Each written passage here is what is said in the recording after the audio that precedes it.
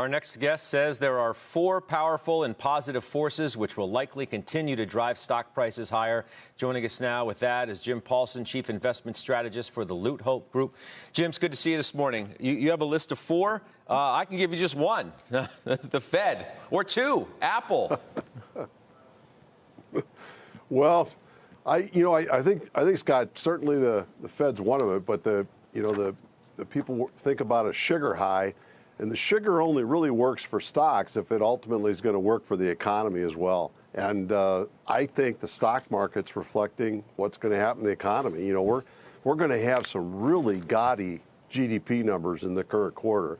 The current Atlanta Fed now GDP estimate for this quarter right now is 20%, or right there, and it's a big bounce after a 32% drop in the last quarter, but that's a big number, and I think policy is part of that. There's no doubt. But it isn't just don't fight the Fed. You know, it's don't fight the Fed, don't fight the Treasury, don't fight bond vigilantes taking yields so low, don't fight this policy officials all over the globe. There's a massive and globally synchronized policy support.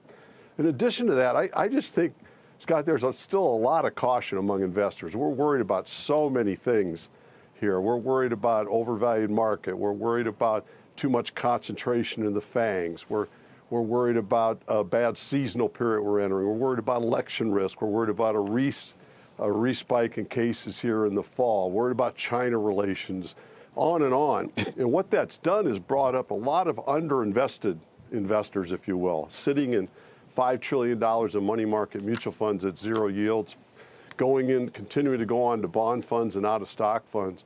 And if we continue to climb higher, what if we get to a new high? I think a lot of those underinvested investors could get more invested, and that could drive markets higher. The gaudy numbers would help in the bounce that we're seeing in the economy. Even if that slows, if it just continues, that's going to help investors. And then finally, there's just so much to improve, in part because it's been so bad. You know, we had a record-setting unemployment rate. We had a record-setting inventory drawdown.